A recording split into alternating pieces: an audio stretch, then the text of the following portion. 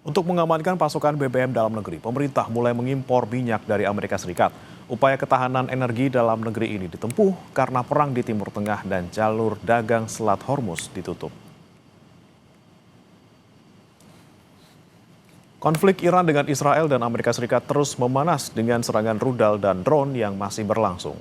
Dampaknya Selat Hormuz tutup dan membuat distribusi minyak dunia terganggu. Padahal jalur ini merupakan rute utama kapal tanker minyak. Untuk mengamankan pasokan, Indonesia akan mengalihkan sumber impor minyak mentah ke Amerika Serikat. Menteri ESDM menegaskan pasokan LPG nasional masih aman dan pemerintah akan terus memantau perkembangan konflik di Timur Tengah.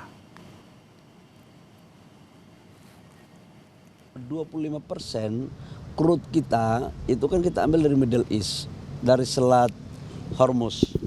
Dan dari 25% itu kita sudah mengalihkan antisipasinya ke Amerika atau ke daerah negara-negara yang tidak ada kaitannya dengan Selat Hormuz. Jadi kalau menyangkut LPG nggak ada masalah. Jadi relatif clear lah. Kalau menyangkut BBM yang kita imporkan tinggal bensin.